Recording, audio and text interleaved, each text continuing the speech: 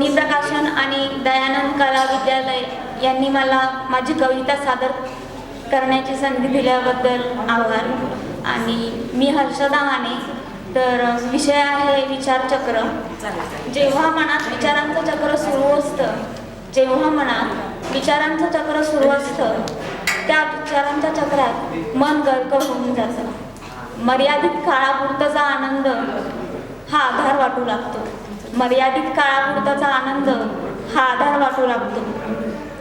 पण तो काही क्षणापुरताच, कारण प्रत्येक वेळी समोरचं समजून घेईलच असं नाही। त्यामुळे अशा परिस्थितीत आपणच आपल्या मनाचा सारथी बनायचं आणि मनाला बोचणारे काटे एक एक करून बाजूला सारायचे, कारण आपल्या भावनांचा चर्चेला विषय नसतो द्यायचा। त्यामुळे प्रत्येकाने ज्याच्या त्याच्या मनाचे कोडे हे ज्याने सोडवायचे असते। आणि आता 2024ची सांगता झाली आणि 2025 मध्ये आपण पदार्पण करतोय। तर बऱ्याच जणांनी आपल्या जवळच्या व्यक्तींना गमावलं असेल 2024 मध्ये।